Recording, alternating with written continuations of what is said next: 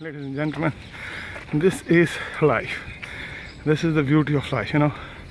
At this old age, he is in the morning, short of oxygen, but he is going with the oxygen cylinder.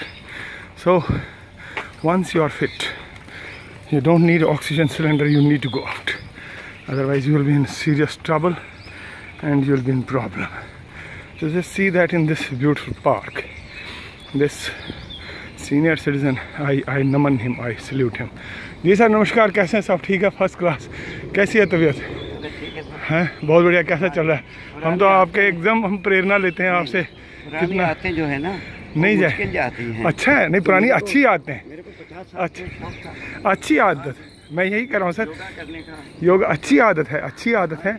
तो जो मैं इतनी प्रेरणा लेता हूँ कि भाई कि जो आदमी जिसके पास ऑक्सीजन की ज़रूरत नहीं है उसको, वो बाहर नहीं आ रहा है, वो घर में ही बैठा है, वो सुबह आराम कर रहा है, सुबह खरांटे मार रहा है।